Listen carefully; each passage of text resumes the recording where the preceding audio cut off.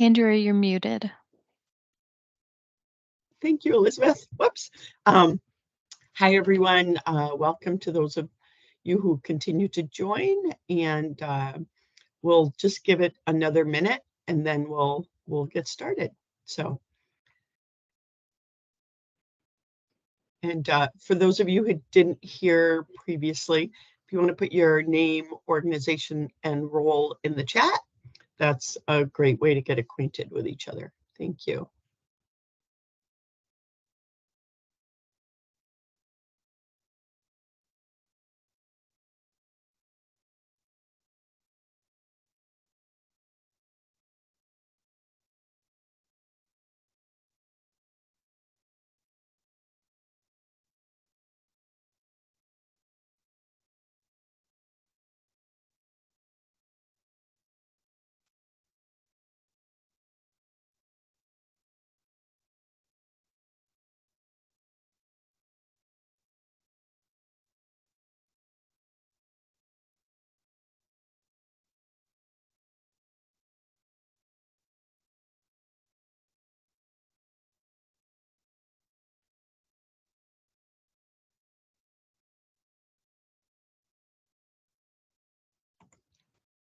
All right, I think we'll go ahead and get started.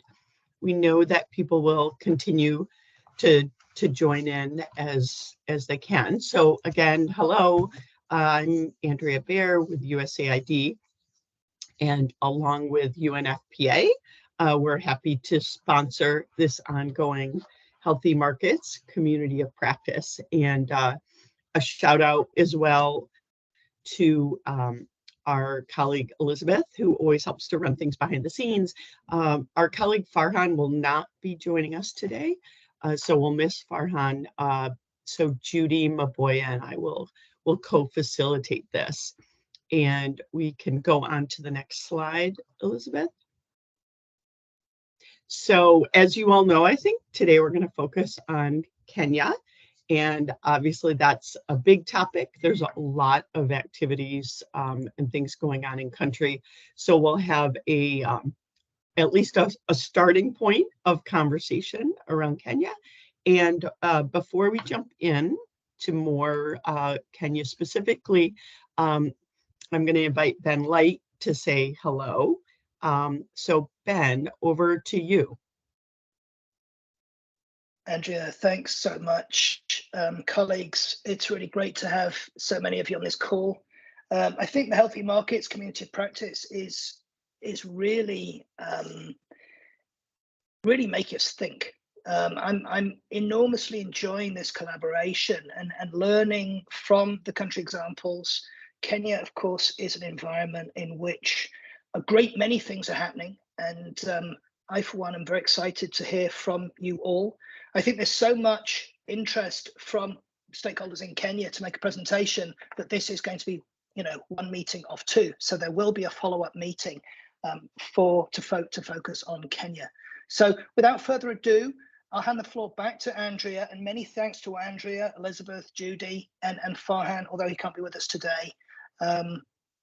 Andrea, back to you. Thank you. All right, thanks, Ben. And yeah, we'll take a look again just at the agenda briefly. Thanks for taking us back to that, Elizabeth.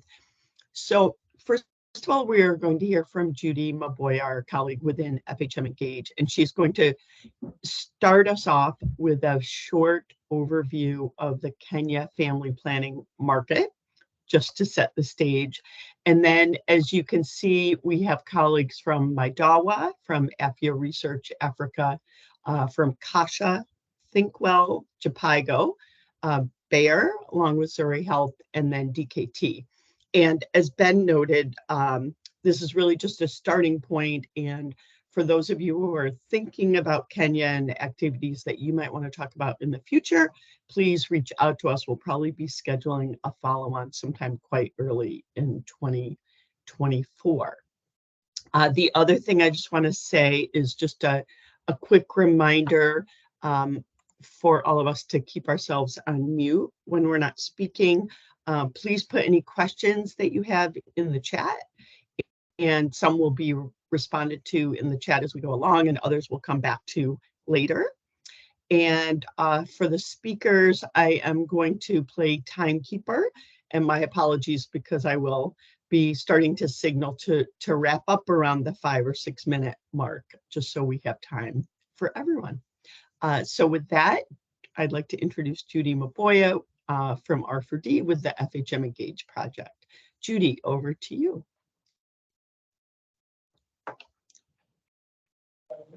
Good morning, good afternoon, colleagues, partners. Welcome to this FHM Engage, this partnership between UNFPA and USAID to host the Healthy Markets Community of Practice. As part of FHM Engage's work to support the development of healthy markets, the team conducted a desk review to provide an overview of the family planning market landscape in Kenya, which I will now be presenting. Next slide, please. Next slide. So to give a little bit of a background, Kenya has a robust health infrastructure with over half of the health facilities owned by the private sector. Now, at level 5 and level 6, publicly owned facilities dominate, but overall, public-private split is at half and half. Next slide, please. There's a diverse range of public and private sector market actors to engage when developing family planning markets. So we have a bit of an overview. This is not conclusive in any way. And I'd like to mention that specifically there are partners on this particular page that I haven't included who are at this meeting, those who are innovating in the space, using technology to innovate in health product and service delivery, including Zuri Health and Girl Effect. Next slide, please. I'd like to take next slide, please. Take a look at the family planning trends. Seeing total fertility rate decline, driven by reductions in rural total fertility rate. Urban TFR has remained stagnant, relatively stagnant over the last 2 decades. Next slide, please. The increases, and this goes explains some of what has happened with that decline in total fertility rate. We have seen an increase in modern contraceptive uptake amongst rural women, but we have seen a decline in modern contraceptive uptake amongst both married and unmarried urban women between the DHS reports of 2014 and 2022. Next slide, please. The use of modern methods has increased over the years and unmet need has decreased. So we have seen a decrease in unmet need from, an increase in net need from 57 up to 57 from 53, decreased over the last 2 decades. And that has decreased over the last 2 decades. Next slide, please. We have, however, seen high use of traditional methods amongst urban unmarried women. And this was really interesting for us to see, taking a look at this, what changes we can see in family planning trends. Next slide, please. Unmet need in Kenya varies across the counties. So you have Tana River, Marsabit, West Pokot reporting the highest levels of unmet need, while Embu, Laikipia, and Nyeri reporting the lowest. Next slide, please. The most recent DHS has also shown new trends in method mix. There's been a significant increase in the number of women using implants and a noteworthy decline in injectable use. So we have seen implants grow from 19% in 2014 to 33% in 2022. Injectables have declined from an all-time high of 55% in 2008 to 2009 DHS to 35% in 2022. Next slide, please. Now, contraceptive methods vary by age group and by marriage, with young women opting for short-term methods, young unmarried women opting for short-term methods, while young married women opting for long-acting methods, specifically implants in the most recent DHS. Next slide.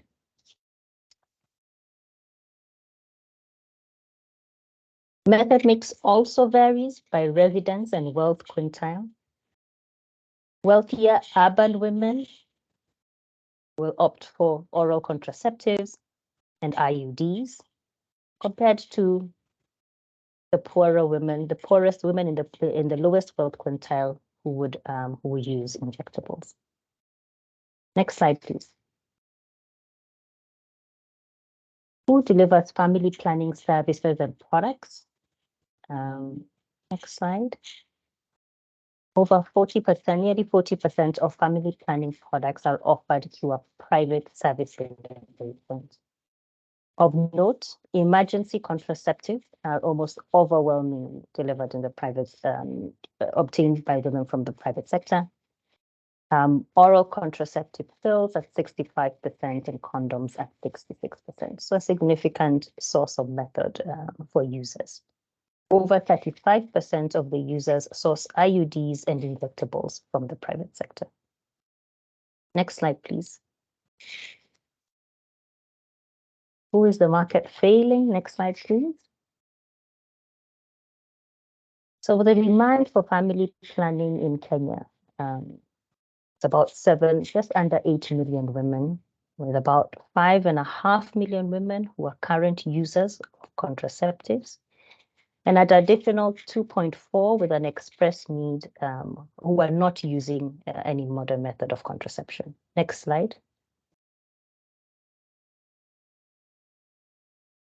Non-users of contraceptives represent about 2.4 billion women, the majority of whom are married women, and 30% of those non-users are in the fourth and highest wealth quintiles, representing a segment of the market that may have an ability to pay for modern contraceptive methods. Next slide, please. 81% of non-users have an unmet need for spacing and limiting. So that represents about 400,000 women in urban areas, and 1 million women in rural areas who are not using contraceptives but are at a risk for pregnancy. Next slide, please. So if we look at who the market is currently serving, primarily urban, peri-urban, women over 25 who have already had children, who are well educated, and live in a county where there is lowest unmet need. Who is the market not serving? They tend to both urban and rural, but young, who haven't had children, who are less educated, and from poorer households. Next slide, please. What factors contribute to market underperformance? Next slide, please. Sorry, Judy, I'll just interrupt just a second to remind people to stay on mute. And I think you're close to wrapping up. Thanks, Judy. Absolutely. So we see that in 2024, the government of Kenya will be responsible for financing 100% of family planning commodities.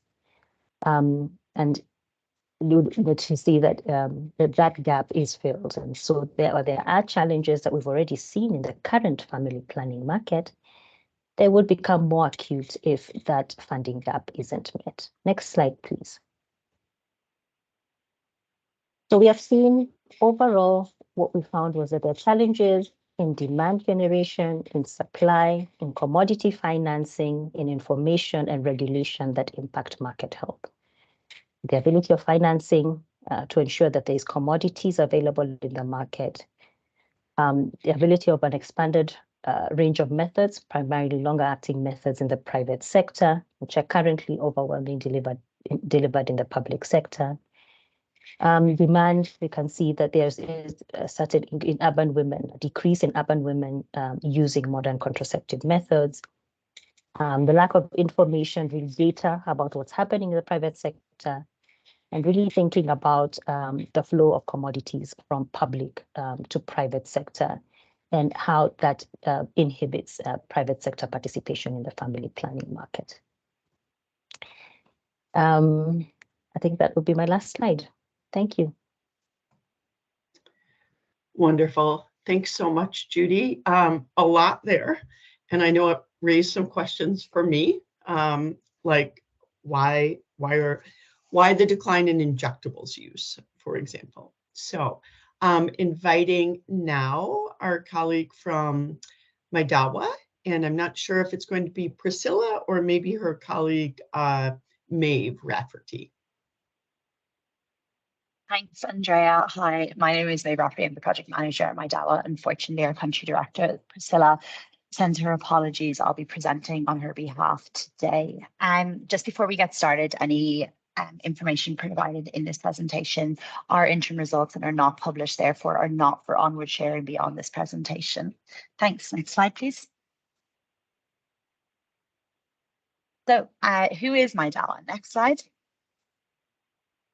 MYDAWA was set up to look at increasing access to affordable, safe and guaranteed quality medication and personal care products that could be delivered via last mile delivery services in Kenya. At the start of this journey of MYDAWA was set up, we covered that 274 people died daily across the continent as a result of substandard or falsified medication. We set out to ensure the supply chain and make sure that anyone who was buying their products from MYDAWA could be assured that the product we offered them was of quality medication. It's available to this service is available to anyone who has access to a mobile phone. However, you do not have to have access to the internet. We also have people who call us via SMS or contact us via SMS or calling us from a featured phone. MYDAWA is the first end-to-end online healthcare journey in Kenya for both telehealth and e-pharmacy, and we're licensed by both the Kenya Medical Practitioners and Dentists Board and the Pharmacy and Poisons Board. Next slide, please. So what's the vision for us as a company? Like I said, we're an e-pharmacy and a telehealth integrated company. We want to ensure that there are better health outcomes for people across Kenya, and we do this kind of through four main prongs. The first is leveraging on technology to offer a coordinated healthcare solution to enable patients to self-identify healthcare issues before they become serious. We also offer patient-centered care. We recentered our contact center to be a care center that enables patients to best fulfill their needs. We offer information and resources to help patients make an active decision in their healthcare journey as opposed to relying on the support of healthcare providers. That's both through online tools and also access to healthcare providers. And then we provide convenient access to affordable and good quality health products and through our e-pharmacy supply chain, which enables us to shorten the supply chain and work directly with manufacturers, distributors, authorized suppliers, etc., and enable our own contract manufacturing to make sure that the products we stock as an e-pharmacy are of quality medication. Next slide, please. So we kind of see our company as having 5 main building blocks. Like I said previously, we have low-cost pharma contractual manufacturing, and we have a number of our own products that are both drugs and supplements more in the pipeline that are registered in Kenya. Everything we do is centered around the ability to produce quality product. We have omni-channel access, whether you access our product through your mobile app, mobile web or website. We also have developed a bricks and clicks model with our first physical pharmacy now open in Mombasa and soon expanding to Uganda, where we enable people to not only access us through online channels, but also through physical pharmacies. We've expanded to offer telehealth consultations, which enables our clients to have an actual interaction with a healthcare provider before making any decisions about the products they might purchase, or if they do require a prescription, that they get the right prescription for their ailment based on quality assured advice. We offer last mile delivery services of our products via boda riders, which are motorcycles here in the urban centres in Nairobi within 4 hours. and in Mombasa within 3 hours, and then next day delivery across the country. And finally, we're positioning ourselves as a trusted care partner. We want to be people's first online call of choice whenever they're thinking about healthcare decisions for their family, whether that be for their elderly parents who live up country, for themselves who live in Nairobi, or for their children. Next slide, please. So MYDAWA has recently become involved in 2021 and 2020 previous to that, MYDAWA became involved in the ePrep study. So the standard of care for accessing pre-exposure prophylaxis in Kenya is through public HIV clinics. I should note that pre-exposure prophylaxis, for those of whom don't know, the HIV prevention drug. So barriers to access that have been identified in past studies include stigma and lack of privacy at public settings, limited hours of operation where they only operate within certain working hours that could be difficult for people who are in full-time employment, long wait times and travel distances. In most African countries, the standard of care for PrEP delivery is at public HIV clinics, where clients must return every 1 to 3 months for refills. This study was designed with certain potential advantages in mind. That included increased privacy through HIV self-testing to onboard to PrEP and through telehealth services. Longer hours of operation. MYDAWA is open from 8 a.m. to 10 p.m. 7 days a week. And convenience for the customer. The order is delivered within 4 hours, like we said, in Nairobi, and within 3 hours in Mombasa, where we currently operate this research. Next slide, please. So for the past 2 years, we have been working in a cross-sector partnership to understand the potential for online PrEP delivery. We work with research institutes at Jhpiego and the University of Washington and the Fred Hutch Cancer Research. We work with AI engineers who enable artificial intelligence to read HIV self-test results to ensure that there's checks and balances in place before prescribing post-exposure or pre-exposure prophylaxis. We work with implementation partners to look at changing the standard of care in Kenya to enable an e-pharmacy and a telehealth platform to offer HIV prevention services. And finally, we work with ourselves, the business in this project, to enable it to be done through the private sector, where previously it's really concentrated on the public sector. Next slide, please. So together with all these partners, we developed a care pathway for the online delivery of PrEP and PEP services being post-exposure prophylaxis. Of note, PEP was added to this model after the project was funded and after we found that several potential PrEP clients were presenting with a recent HIV exposure in pilot studies of brick-and-mortar pharmacy PrEP delivery, thus indicating a need for PEP to be integrated into this model. In this care pathway, clients begin by self-screening for HIV risk online, then scheduling a telemedicine visit with a remote clinician, where they're assessed for any medical conditions that might contradict PrEP safety and referred to clinic-based PrEP or PEP services if these are identified, such as hypertension, any existing liver ailments, etc. However, if found eligible, clients then complete informed consent for participation in a research study and receive a preliminary PrEP description dependent on their HIV test results. The HIV test and the PrEP and PEP are then dispensed together with a pharmaceutical technologist rider. And we've recently added an RDT that could also be introduced to the journey because of concerns with the Ministry of Health for HIV-STE for scale-up. The HIV test. Maeve, sorry to interrupt, but can you just wrap up within less than a minute now? Thank you. Oh my goodness. Okay. Sorry. So maybe I'll skip to the interim results. If you go to the next slide, please. So our interim results from this study, like I said, that has been taken over the last year, is that PrEP and PEP uptake is high among eligible clients. It reaches an online, the online PrEP delivery reaches a population that are not reached through physical pharmacies or HIV clinics. And PEP is in much higher demand through this service than PrEP. Online PrEP and PEP are acceptable and satisfactory through clients through IDIs we've conducted, and then online PrEP and PEP can be provided at a reasonable cost that would hopefully enable it to be continue to be provided through a private sector setting. Great, thank you very much. Maeve, fantastic. Thank you so much. And I in particular noted, your comment about the coordination with the Ministry of Health and recognizing their concerns. So thank you. And again, really appreciate the attentiveness on time, just because we're trying to fit in lots of great speakers. And with that, I'm pleased to introduce Elizabeth Ombach from Afya Research Africa. Elizabeth, over to you. Good afternoon, good morning, everyone. This is Elizabeth Ombach from Afya Research Africa. And next, please. Yeah, so Afya Research Africa is an NGO based in Kenya, and we work in 3 complementary areas of health, that is provision of primary health care, health technology, and research. And our mission is to reach communities in the hard to reach and remote areas, and also underserved and marginalized areas with quality and affordable and sustainable health care. So our programs in the 3 thematic areas of health that we work with are the Ubuntu Afya model, which is a model that we use to deploy the communities that we target with the primary healthcare.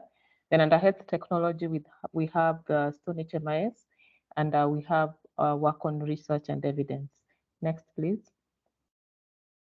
So yeah, so most of our mission is to improve access to quality care for all, and that's why our focus are in the hard to reach and remote areas. And also we engage communities in the health system to improve the relevance of our service, and also gain patient trust and loyalty for the services that we provide. Next, please. So we see in the major challenge in Kenya, especially in the rural communities and the hard-to-reach areas, is that they are rarely considered for private healthcare enterprise, and also public health resource allocation is limited. So that's the challenge we are trying to address to reach these communities that also need quality and accessible healthcare. Next, please. So to solve for this major challenge, we deploy the model, the Ubuntu Afya model, in which we set up medical centers in partnership with communities, which are mostly organized in groups. So the communities are also supported to run a supplementary enterprise, and which are normally centered around financial services. And part of the revenue that they gain from the supplementary enterprise is used to cross-subsidize the cost of running the private medical center set up in partnership in the rural and hard-to-reach communities. So that's the Ubuntu Afya model that we use to reach these communities in our areas of implementation. Next, please. Yeah, so in regard to how we reach the communities we serve with FP and SRH information, we engage young women and adolescents in these areas, and we realize in our areas we have we work in Homa Bay and Siaya counties, where we have the highest rate of teenage pregnancy of about 18%, and the national average is at last year is at 12.2%. So the challenge here is that this group lack access to FP-SRH information, and within the public health facilities, there are frequent stockouts, among other barriers like unequal gender relations, myths and misconceptions about family planning and SRH. So that's the major challenge we are trying to address in these communities that we serve. Next, please. So our approach in reaching this community, we use an approach we call the participatory learning action. Here we engage adolescent girls and young women on conversations around SRH, FP, and with our engagement with them, then we address the major barriers that they have. At the same time, we do community engagement, awareness campaign, and we create awareness, at the same time create demand for FP products and also SRH information and services.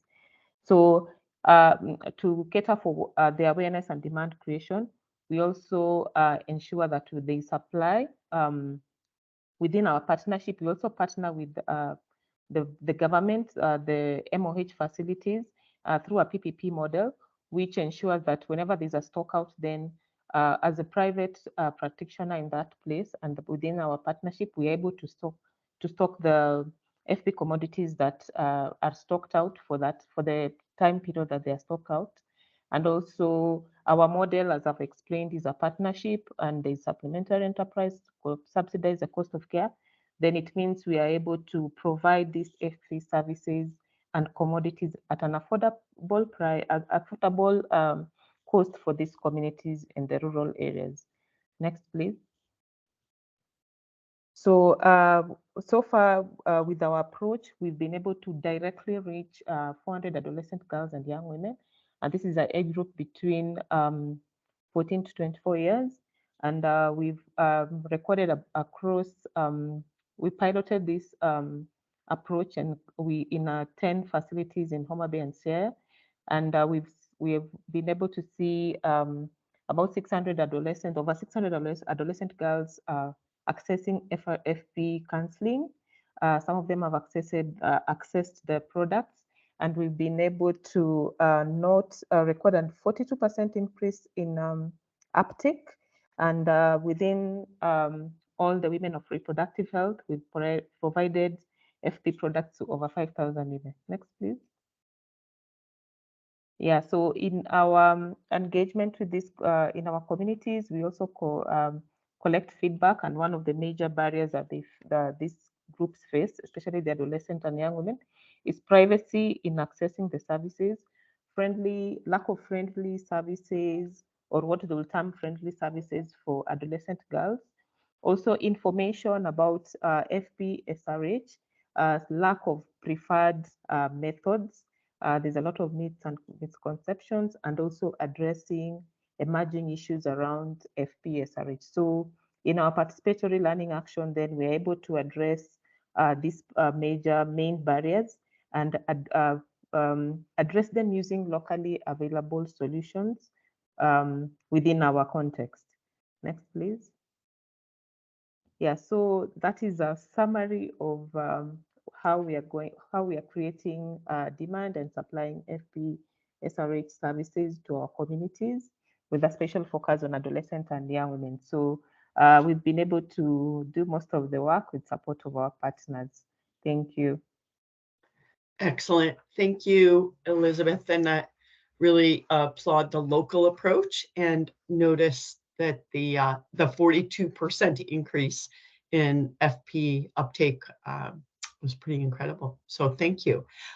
Next up, we're going to hear from the team at Kasha. So I'm not sure who's speaking first, but just a reminder again that we're trying to stick to about 6 minutes total. Thank you. Thank you, Elizabeth. So I'll be able to do the entire presentation. Kasha and Jhpiego are not able to join, so I'll just run through the entire presentation. Thank you. Awesome. Welcome, Edna. Thank you.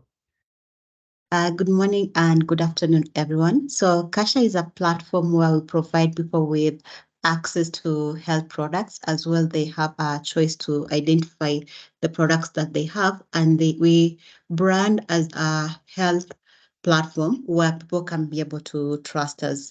Since Kasha is a last mile distribution platform for access to health, and we provide quite a number of products from the range of pharmaceuticals to household consumer health products, where our client segments are from the low income to the middle income in Africa, and we're able to deliver direct to customers, as well as other clienteles range from pharmacy, retailers, facilities, as well as the community.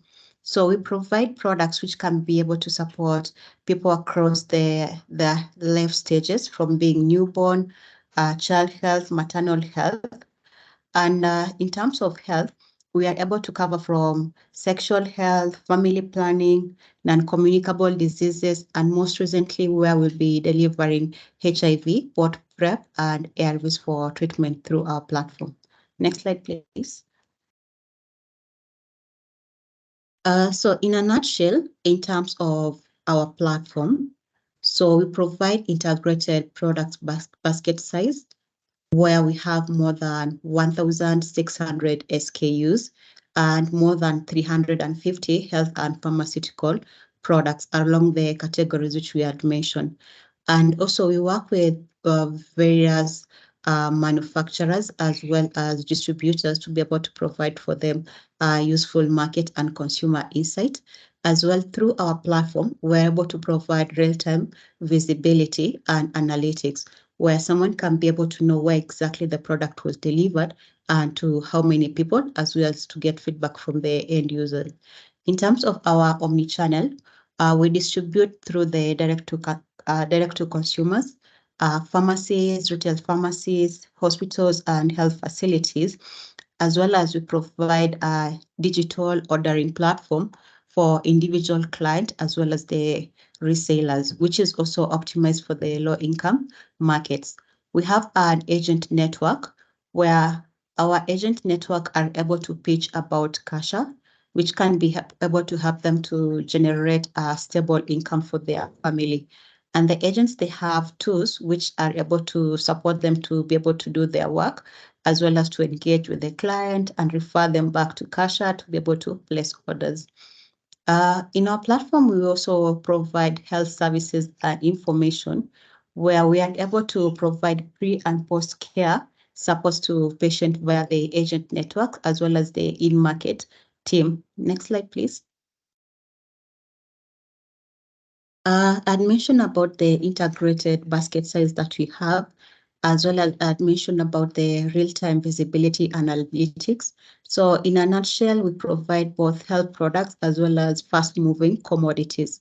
In terms of the health products, we provide from the various categories which are listed there, where I'd mentioned that most recently we have onboarded Airways into our platform, as well as we are in the process of building an NCD platform, which will be very key in terms of identification of clients and supporting them in terms of adherence and getting the daily products that they need. Next slide, please. So let me dive deep into terms of the family planning. I'd mentioned that we provide health services and information. This one, we are able to conduct demand for products through working closely with the agent and the community through community events, as well as we work closely with Ministry of Health and the public and private facilities, where at the community level, we are able to do community activations, where we can be able to get feedback at the, we can be able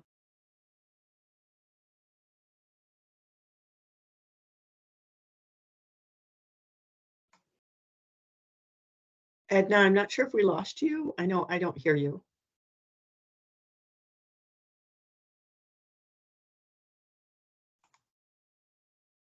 Are others hearing Edna? No, we're not. All right. Yeah. So maybe we could go on to another and catch up with Edna. sorry. And see if she can. Can All you right. hear me now? Oh, yeah. Yes, we I can. think you're back. So ahead, I don't Edna. know what happened. I saw that my network has been. You just sound a little far away from the microphone now. Okay, you can hear me clearly? We can. Thank you. Go ahead. Okay, thank you. So let me proceed. So I had mentioned that we are able to provide a platform where users can be able to get information, where so far we have reached 5.2 million. In our platform, we have an online nurse chat where someone can be able to get information. And we have also other tools where someone can be able to be referred to the health facilities for the family planning services. Next slide, please. We conduct demand generation offline and online. In terms of online, we have the Instagram and Facebook platform, which you can be able to use, and where we also engage influencers, and we also use the MOH approved IC materials, which were distributed through orders and also the community events that we conduct. Next slide, please. So I'd mentioned that we are able to refer client where we're working with the providers. So once a client approaches our nurse and it's cancelled, we can be able to refer them to our partner services so they can be able to get the short-term family planning methods. And we have managed to train the private health providers on family planning. So we are sure that the providers have the current update, and we conduct an end user survey feedback to gather feedback from the clients. Next slide, please. So recently, in regard with the DMMPA scale-up plan for Kenya, we have managed to support in terms of doing trainings and as well as onboarding DMMPA in our platform, where we have a hybrid journey. When someone is able to reach out to Kasha, if it's their first time to use the DMMPA AC, we can be able to refer them to the nearest health facility. But if it's for a refill, if the client has a prescription, we can be able to deliver the product to them and support them to self-inject, where we have a platform, a page where you can support users to self-inject. Next slide, please. I'd mentioned about the wide range of products that we have. Here, we have just listed the products that we have in our platform, where we have both wholesale and an online retail pharmacy. Next slide, please. Thank you. Awesome. Thank you so much, Edna. And next up, we have Geraldine from ThinkWell. Over to you, Geraldine.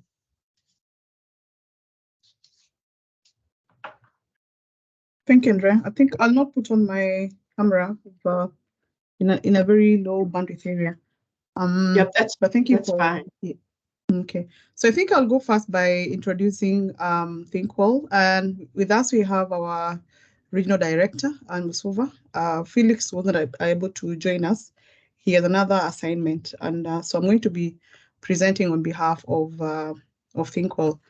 And so who are we? ThinkWell is a health systems development organization that uses tailored health financing approaches to help low and middle income countries to achieve universal health coverage. So our vision is to optimize on foundational reforms at both the national and the county levels to improve the flow of PHC funds to frontline providers and the use of those funds now to strengthen service delivery, especially for the poor and the women. And so we have several projects in the country, and currently we are in around 8 counties in Kenya. Now going back to the presentation, tying to what Judy has talked about in terms of the gaps in financing. And so I want us to look at the family planning financing in the private sector. Next slide. So how is the purchasing landscape in Kenya? It's quite complex and evolving. And I think if you look at the private sector, in terms of financing, you realize that we have 3 key streams for the private sector, and that is the Social Health Insurance Authority, which was previously the NHIF. We have private insurance and the out-of-pocket payment and some from donor funding. And so in Kenya, family planning majorly is a vertical program within the Ministry of Health. And with this kind of fragmentation, then we have a problem in the private sector. Previously, I think Judy has talked about the private sector or the private facilities contributing to around 40% to the health system, and then 49%. We have 40% of facilities which are privately owned, and then we have these privately owned facilities contributing around 49% of all health services. And so what does that mean to the THE, the total health expenditure? Next slide. So the private health facilities, next slide.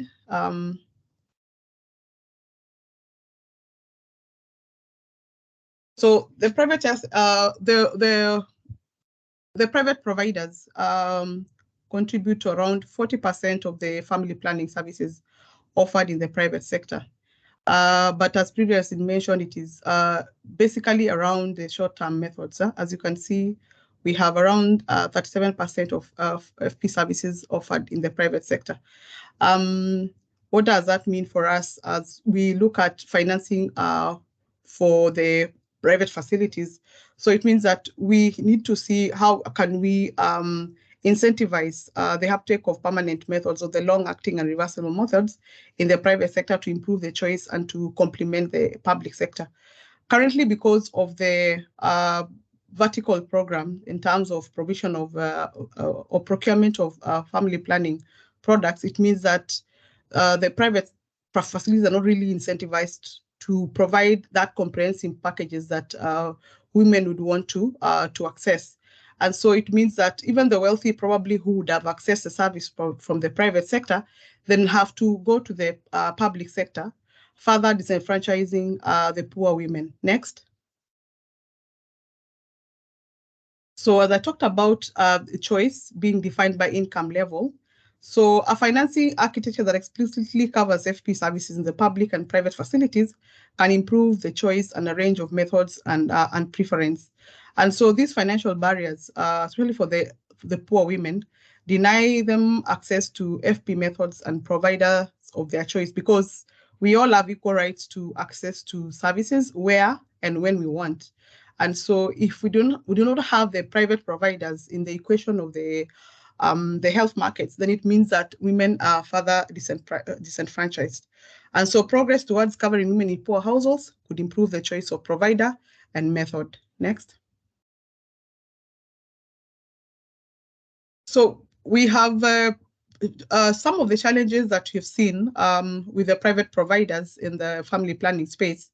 And one of them is optimal engagement with the purchasers, and that is commonly the government and the social insurance on FP service provision. And then secondly, we have the provider payment method does not incentivize providers to increase volume of service or improve quality of FP services. And then we have the benefits pricing model that doesn't adequately meet the demands of the private sector on family planning provision. So what does that mean? It means they forego providing the service since it's implicit in the benefit package. And so the benefits does not explicitly include FP services or family planning services. And so this fragmentation by scheme further makes it difficult for private providers to optimally participate in family planning provision. So lastly, where services have been provided, so the social insurance fund, that is the main purchaser, substantially delays payments to private providers, further discouraging their participation. Next. So we looked at some of the opportunities that probably could improve engagement and participation of the private sector in the family planning service provision. And so in the next slide, we could see that with the current ongoing health financing reforms for the universal health coverage in Kenya, and presents an opportunity for the private sector to engage in the delivery of family planning services. And so at national level, you could look at the Social Health Insurance Authority, which is it provides an opportunity to negotiate for a provider payment method, which we are proposing that instead of how do we now incentivize FE provision in the private sector, then we have to think about the provider payment method. And we're saying, could we probably have a provider payment method like fee for service to incentivize provision of family planning services? Then we have the other bit of essential health package, so that we make family planning service provision explicit. And within that particular social health authority, then we have representation. In the Primary Healthcare Act, we have the private sector being represented in the primary care network advisory committees. And so if you have the private sector in such discussion platforms, then it means we're able to influence financing to the private sector. And then progressive coverage for poor women with explicit family planning benefits, which can increase coverage and choice. And so the Social Health Insurance Fund that intends to cover all Kenyans. So at the subnational level, we still have the private sector being represented as the redesign is being implemented. And so they will be sitting in the primary care network advisory committees. And so it means we're able to have conversations around extending financing to the private providers. And even as we redesign through the primary care network, then it means the private providers will be part of the network. So whatever financing comes up from the national government, then it will benefit the private sector and probably now incentivize them to provide family planning products. Thank you, Geraldine. I'm so sorry to interrupt, but I know we need to move on. This work on financing is fantastic. Would you like to, is there any final comment you'd like to make?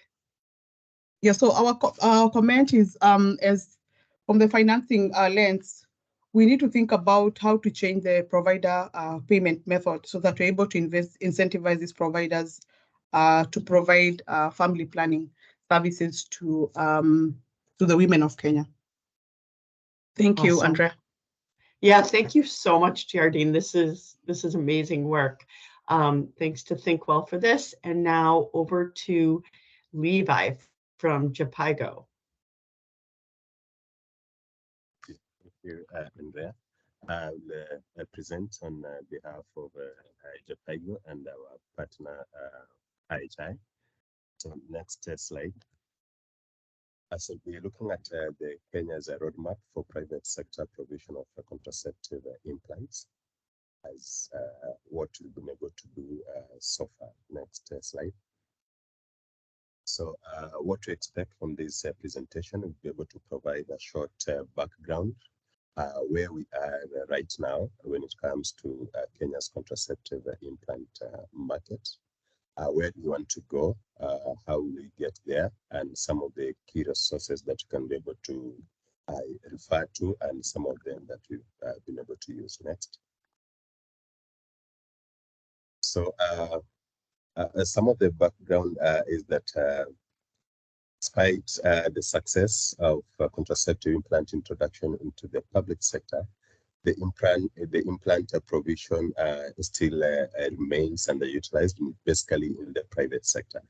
So the purpose of this then is to provide or develop a roadmap for the private sector provision of contraceptive implants in Kenya, building on previously identified global barriers and recommendations.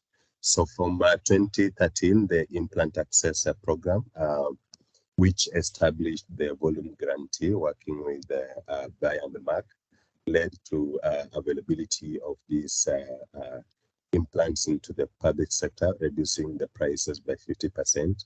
But even then, despite that introduction into the private sector, this hasn't really been utilized or impacted the private sector. So it still remains underutilized. So from 2022, again, Jhpiego and Impact for Health conducted a project or a study to identify or try to understand what are these barriers that face the private sector and how can we be able to engage them effectively. So for this year, Jhpiego and Impact for Health, again, are working on developing a roadmap for the private sector provision of contraceptive implants. So this is basically trying to identify what are the specific constraints that the private sector is facing, and what are the opportunities that the private sector can be able to leverage on when it comes to contraceptive implant provision in Kenya. Next.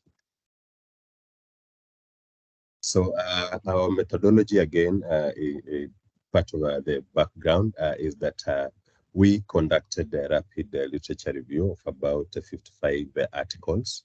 Again, a total of 12 key informant interviews were conducted with the various stakeholders across the value chain of the contraceptive implants. Again, a market analysis report, which has already been worked on, and a country workshop getting to validate this report from all these stakeholders, getting to, again, look at various barriers of contraceptive implant service delivery as outlined there. Next slide. So where are we now? The and the publicly procured contraceptive implants dominate the market, and these are provided both in the public and the private facilities.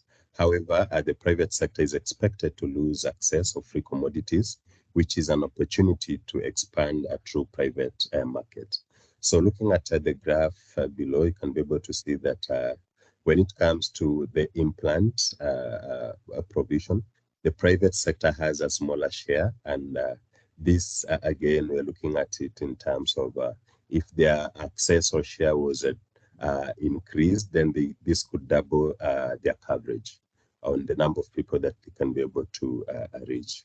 Again, noting that in the next few years, about 2025, 2026, the government is expected to fund its contraceptive market. Then the private sector who relies their supplies from the public sector might lose on this access of commodities. So it's an area that, again, we need to look into. Next slide. So where are we now again? During the workshop that we conducted, 4 constraints were prioritized by the workshop participants who are comprised of various stakeholders. The first constraint was a lack of the private sector supply chain for contraceptive implants, whereby they normally rely from the public sector, and the public sector, of course, it's financed by the Kenya government and donors like USAID and UNFPA. The second constraint that was prioritized is the lack of measures to offset the anticipated cost increase once the public sector commodities are withdrawn.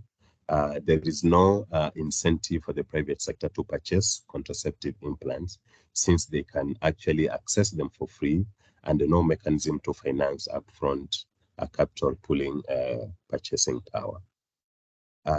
The other constraint, insufficient labor capacity and the motivation that even from the pre-service training curriculum doesn't cater for contraceptive implant training or efforts. And again, they are not really, the private sector, like the pharmacists, have not been adequately trained to provide these services. And of course, the issue of the task sharing. The fourth constraint was the need for the government stewardship, which we need to, it has stagnated for quite some time, and that hasn't taken some strides to address these gaps that we're facing. Next slide. Levi, sorry to interrupt, but just less than a minute to wrap up, please. Okay. So the vision of success, we are aligning this with the vision 2030. So we are looking at the products getting to be branded for the private sector, and also number 2, provide the providers are able to finance their contraceptive implants so that the consumers can be able to afford them. And then again, having a competent and diversified private sector workforce who are motivated to report into the government health information system. Again, executing the market total market approach strategy, which has also stagnated, needs to be able to be reactivated to coordinate these services. I think the next slide should be our last. Yeah, so some of the strategic priorities and interventions that we are looking into is to address the supply chain, developing a viable private sector supply chain with the branded products. Again, issue with the financing, offset the anticipated cost increase once the public commodities are withdrawn. Labor capacity to build the capacity and motivation of a diverse private sector workforce, and the government stewardship when it comes to the TMA-FP execution. The last slide talks about the resources that we have that you can be able to utilize and be able to use in this study. Thank you. Yeah, thank you so much, Levi. Really wonderful continuation of the financing themes as just one component of of making implants available in the private sector. And now we'll go next to Willis from Bayer. Over to you, Willis, and welcome. Thank you very much, Andrea. And I have a very brief presentation, so it won't take so much. Next slide, please. Yes, so I start with the background. Just go to the next slide. And this is just to highlight the history of what we are talking about, this digital partnership between Bayer and Zuri. The mission, the long-term mission by 2030 is to make sure 100 million women in low-middle income countries access modern contraceptive methods. And so we do that in a very clear and deliberate approach. The challenges on your left and the right are the key issues. 4 of them: affordable contraception, option, we want to further option, increase resilience in the existing systems, and further leverage on partnerships. So I talk today with a focus on the private sector, because as our first presenter Judy mentioned, that is where we still need to put a lot of effort to ease the burden of the public sector supply system. So the whole process aims to address this 5 millennial SDG goal, sorry, and so at the end of the day, the women health is guaranteed across the globe. So next slide. So just to reiterate what Judy has mentioned before, on the top right is a green. This chart here, the green is the target population that we are focusing on, women of reproductive age. But then to just say, we in this partnership between us and Zuri, we focus on both the met and the unmet needs, meaning already continuing users and women who already have access to contraceptives by increasing options and access, but also the unmet need, which mostly goes to the young people below the ages of 30. So these groups, if you look at this key below here, you see we have quite a method mix as defined, and this data is from Guttmacher Institute. You see the method mix, and it can give you an impression of what we need to do, to switch people, for example, to long, permanent, and long and reversible contraceptive methods. Next slide. So the mobile connectivity in Kenya gives us an impression of what we are dealing with at this point. One is that we have over 100% mobile connection, meaning there are over 100% of the population of the country with access to mobile connectivity. Of course, some will have 2, some will have 3, and so a phone and a tablet and a laptop, and so dynamics may change or vary. But 2, again, we see that the internet users are over 21 million, and this is a big group. And so there is already a case to use more innovative approaches towards addressing the reach and access for these unmet needs, as well as the continuing users. And then we have active social media users at 11 million. We know that is the next big thing that is happening right now in the market. And so we carefully thought about this, and this is the first digital sort of partnership within the continent, and it's a commitment from Bayer that we want to use these approaches to, in a way, drive young people and also people who need to be reached in one way or the other to access contraceptives. So next slide.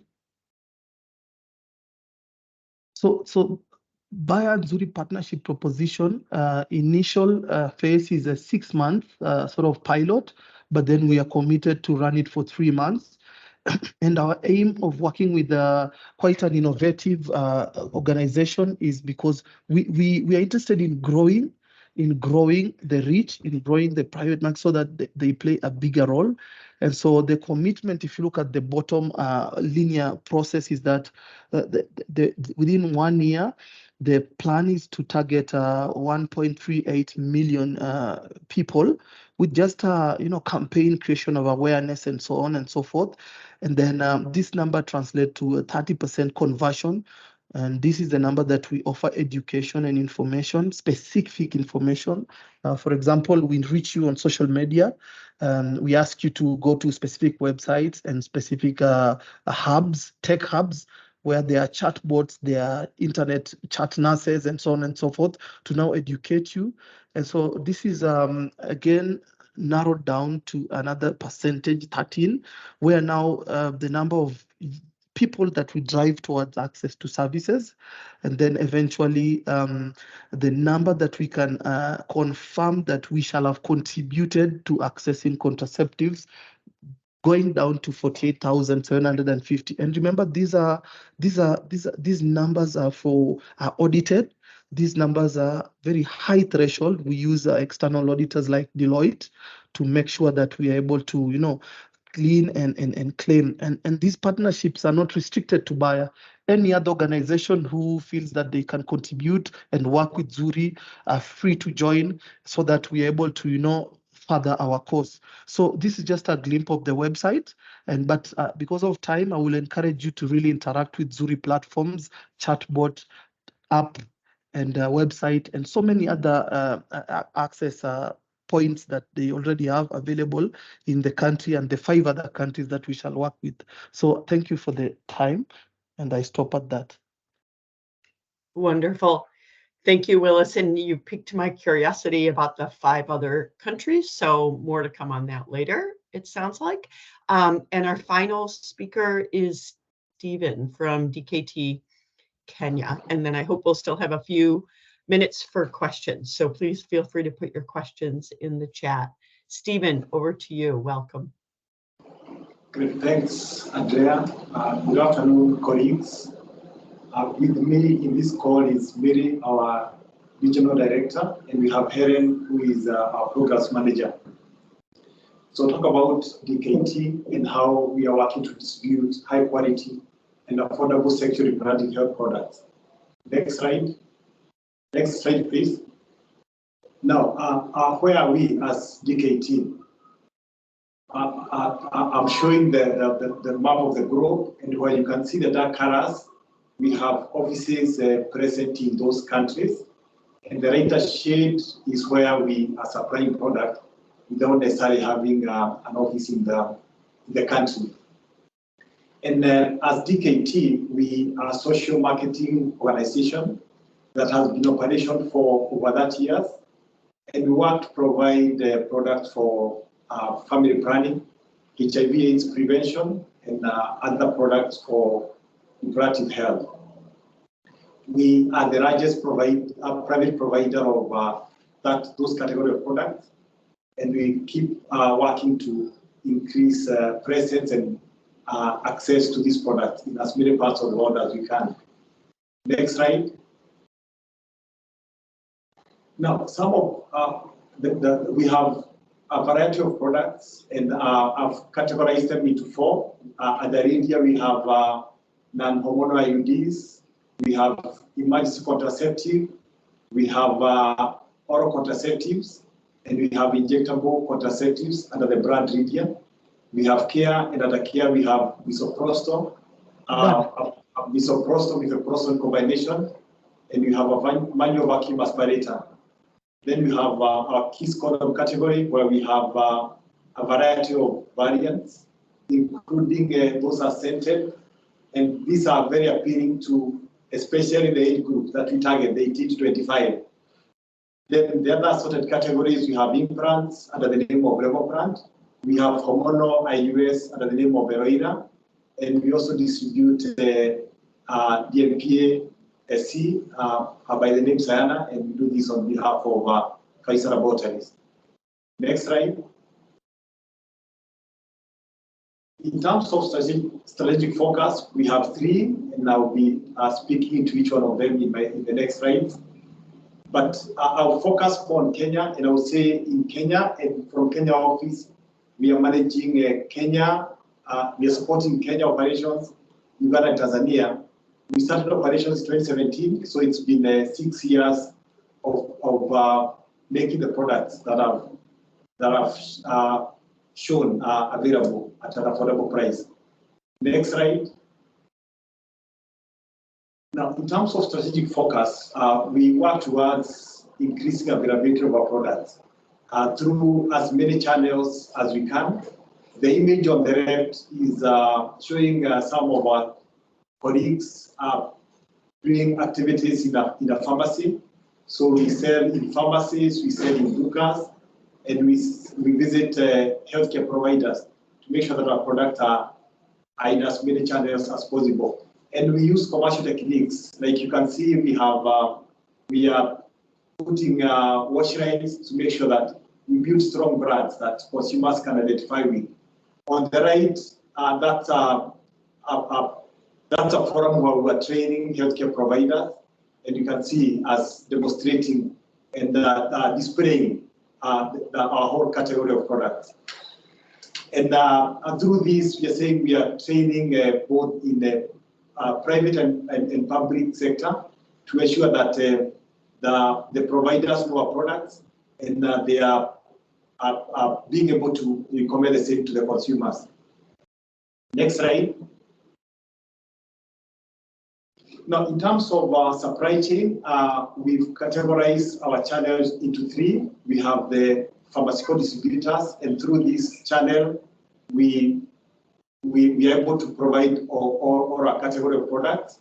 And from we have a central warehouse where we process orders and do deliveries. And through the pharmaceutical channels, we reach wholesalers who in turn supply to pharmacies, chemists, hospitals, and clinics. And through what you call general trade on our pharmacy channels, we are able to sell to get to the dukas, the hotels, the liquor stores, and petrol stations. And for that channel is our NGOs. A lot of the NGOs that procure products from us tend to donate to the providers in different sectors. Next slide. Now, for DKT, quality is at the center of everything that we do. We try to ensure that we have quality products that are checked at every point of the supply chain. You can see that from manufacturing to the end of the channel. We are doing our best to make sure that the consumer products consume quality products. Next slide. Now, what are the achievements for DKT globally in 2022? We are proud to say that we have offices in 28 international offices globally. We are serving 100 countries. Our sustainability ratio is at about 82%. We trained 455,000 providers in 2022. We generated 61 million CYPs. We averted our activities and products helped avert 10 million pregnancies. Our activities again helped avert over 9 million unsafe abortions. And again, we also averted, our activities helped avert that 2,000 maternal deaths. Next slide. Now, this is a snapshot of the trends in terms of CYP growth for the last 6 years for which we've been in operation in Kenya. And this will be more or less replicated in Uganda. I would not say that Tanzania operations were integrated with South Africa recently. You can see that we've had constant growth over the 6 years. And we endeavor to keep doing more and ensure that we are increase the impact in this region. Next slide, that should be the last slide. Great, and those are contacts. Wonderful. Thank you, Stephen, so much for that rapid overview with DKT. Judy, inviting you on.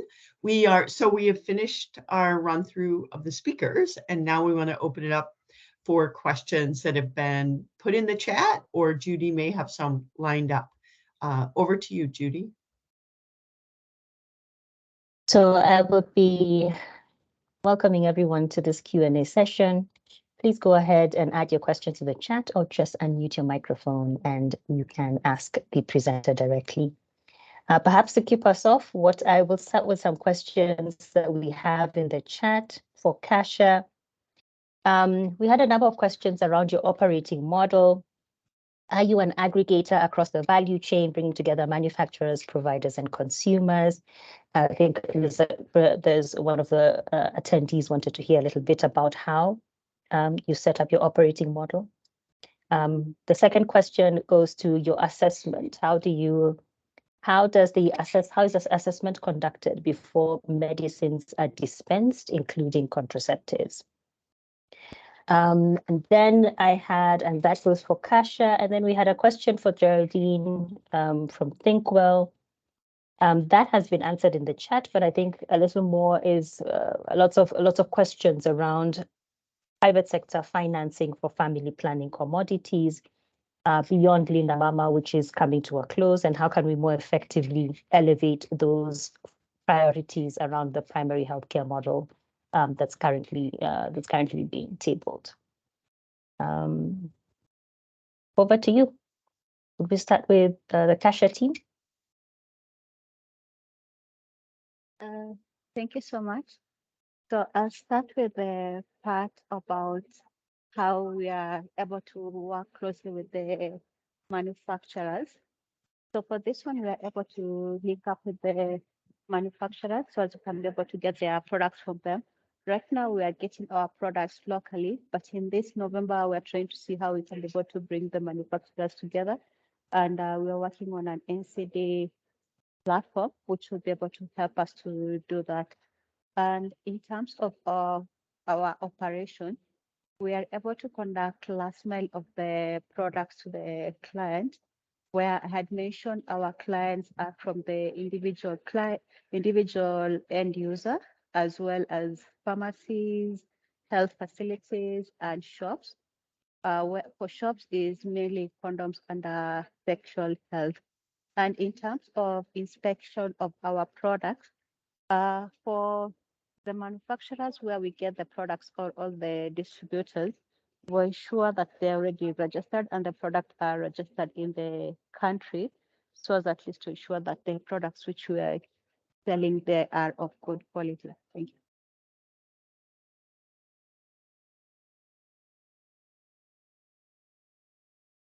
Thank you so much for that response, Edna. Over to you, Geraldine, to give us a little bit. We have a number of questions about how we can incentivize private providers to offer the service and what kinds of mechanisms we can elevate to improve private sector financing of FD commodities and services. Okay, thank you, Judy. I think I'd answered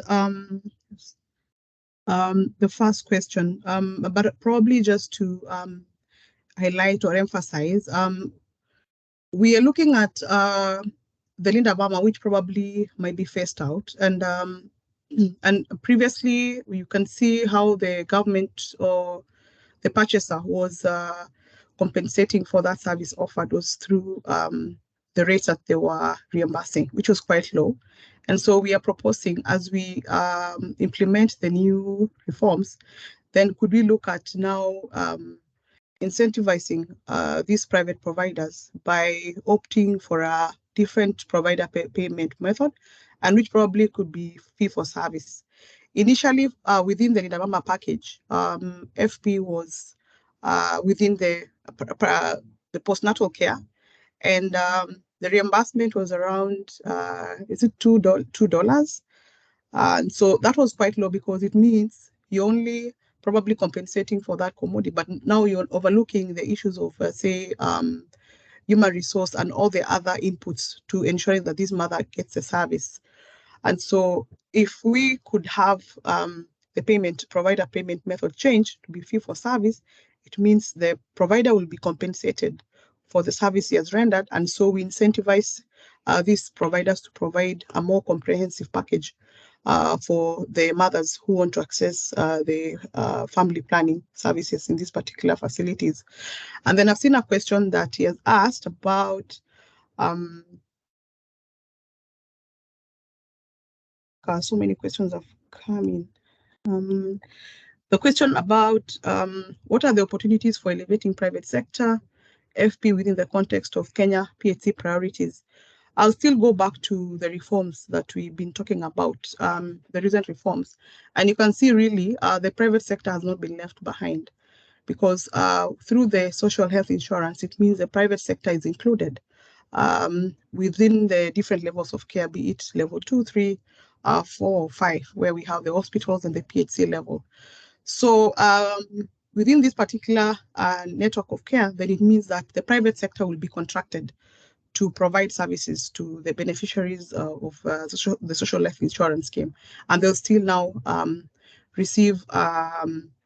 They'll be paid for the service that they render. So if we could ensure that, or we could have this, what I'm proposing, that we could have a different payment method as opposed to what has currently been implemented, that is the receiving, say, capitation, then we would have these facilities benefiting more, and so being incentivized to provide the family planning services. And so, and even if you look at the governance structure of the social health insurance, the social health insurance fund, we have the social health authority, where I indicated that we have the private sector sitting in that particular board.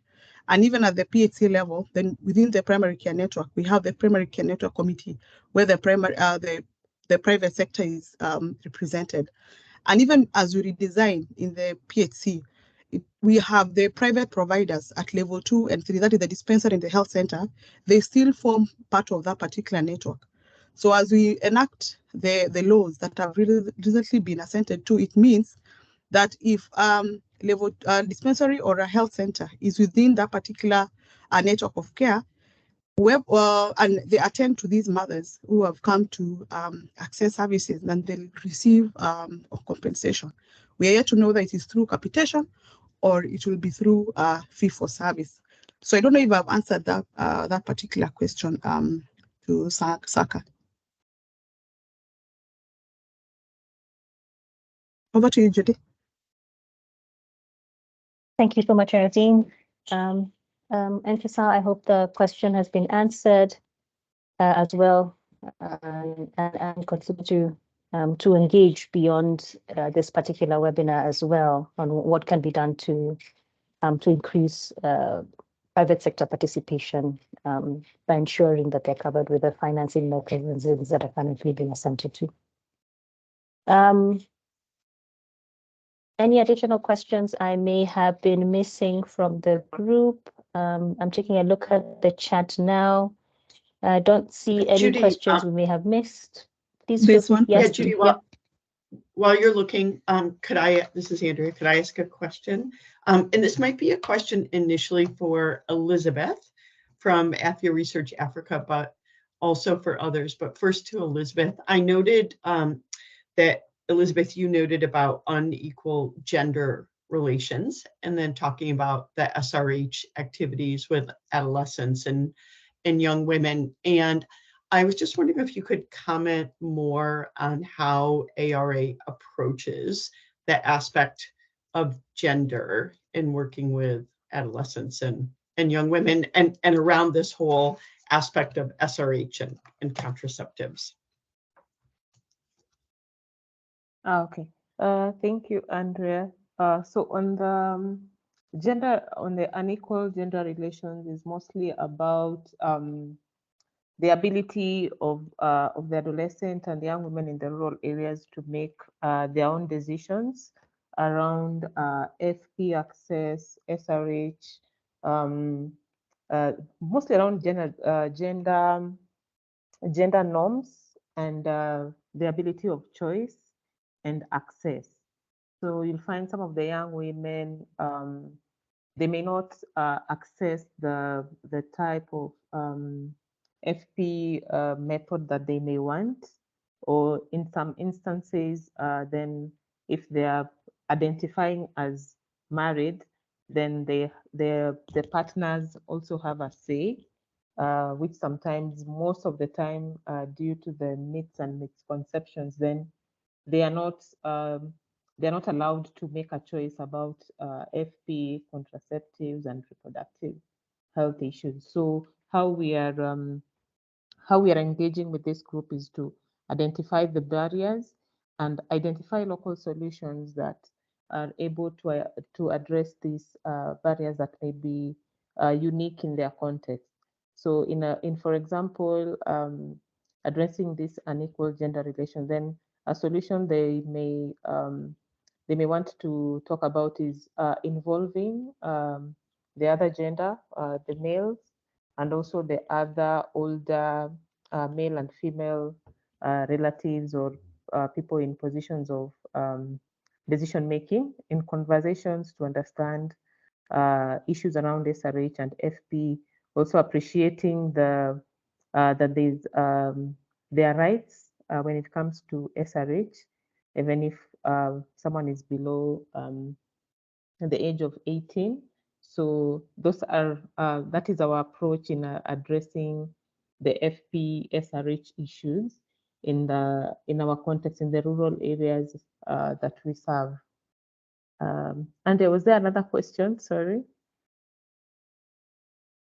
No, that was all. Thank you, Elizabeth. Judy, over to you. Welcome, Stephen, to give a little bit of an overview around the questions around supply chain of long-acting methods through the private sector, including IUDs.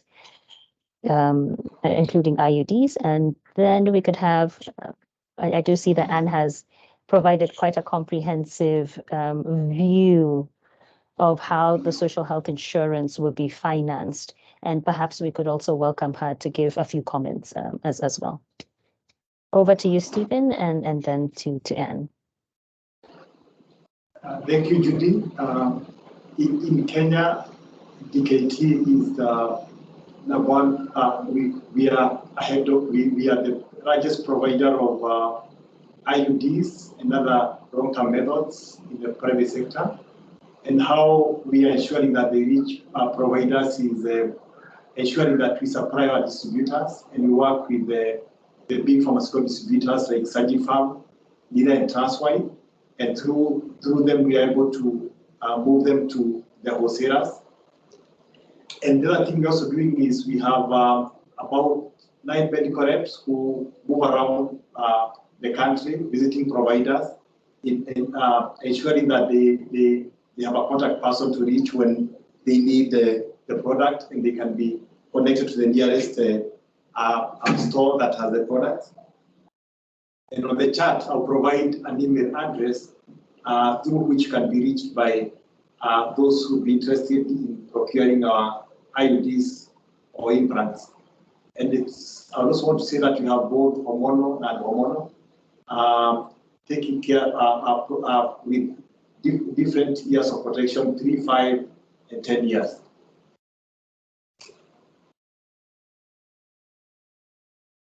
Back to you, Judy.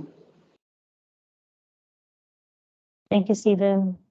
And to Anne and Geraldine around, I think, some of the questions, and I think it would be helpful for the rest of, for us to hear both from you about how the Social Health Insurance Financing Act will work to mobilize financing outside of the formal employment sector.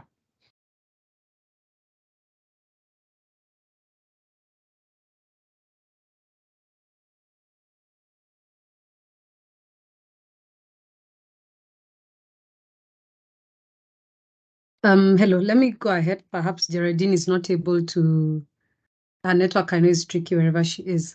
My name is Anne Musuva from ThinkWell. I'd like to respond about how some of these reforms are going to be financed. So for those of you who may be following Kenya's developments in the health sector, the Ministry of Health recently put out 4 bills which were centered into acts 2 weeks ago by the President. So there's a Social Health Insurance Act, Primary Healthcare Act, a Digital Health Act, and a Facility Improvement Financing Act. So 2 of these acts actually focus around health financing. And the main objective of these acts is really to move the country closer towards universal health coverage. One of the people who's put in the chat has indicated that the coverage for Kenya with the social health insurance has been about 20%. So that is correct. In the last demographic health survey results released early this year, we saw that NHIF coverage was at 24%. The main reason has been because even though NHIF membership has been mandatory on paper or in the NHIF Act, in practice, it has actually been voluntary for the informal sector, who constitute 83% of Kenya's population. So this is the majority of Kenyans. So it's really only been mandatory or effected for the formal sector, who are a very small proportion of the population. And so what we see in the informal sector is that people will join when they know, for example, they have a surgery coming up, they have been diagnosed with cancer and so on, benefit from the fund and then drop out. And so we have adverse selection, and that makes the fund not sustainable. So what the new Social Health Insurance Act envisions is that we will have 3 funds within this social health insurance. So we'll have a contributory scheme where we'll still have contributions by the formal sector. But one of the big departures, or one of the main things that is going to change, is that now they're also going to bring in the informal sector to contribute. And this is going to be enforced through a means testing approach, where we'll have a team of 100,000 community health promoters moving around household to household, employing a means testing tool that will determine how wealthy a household is, and therefore determine how much that household should contribute to the social health insurance. The other big change is the tax funding for this social health insurance. And so for those who are deemed poor by this means testing tool, then the government is going to pay premiums for them. So those are the 2 big things that are expected to change. And the objective of the government is to make sure that they actually bring in all Kenyans into this social health insurance. So the objective is 100% coverage. We'll of course wait to see how that goes, especially given the difficulties of collecting premiums from the informal sector. Over.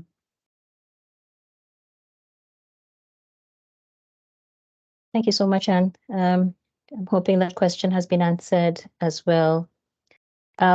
Last 2 questions, time permitting. We have a question from Andrea around the views from any of the speakers or any of the participants on how gender norms impact SRH FP needs and how private sector would approach that. Andrea, do you want to go ahead and ask the question rather than me rephrase it for you?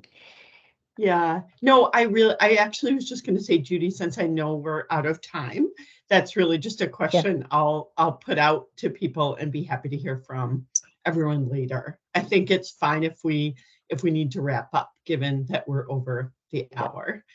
A huge thanks to everyone. Over to you, Judy. Yep. I think I'd just like to say a quick thanks to everyone, to USAID and UNFPA for hosting this community of practice. For the presenters shared today, that would be Maeve from MYDAWA, Edna from Kasha, Afya Research, Elizabeth, Geraldine from ThinkWell, Levi from Jhpiego, Willis from Band, Stephen from DKT. I want to say thank you. Thank you so much. We've had a lot of interest in the Kenya team, and we'll likely have another follow-up Kenya session in the coming year. Thank you all so much for your presentations. These will be shared out through the listserv. They're hosted on the community of practice, so you should be able to access them. Thanks, everyone. Thank you. Until next time. Thanks. Bye.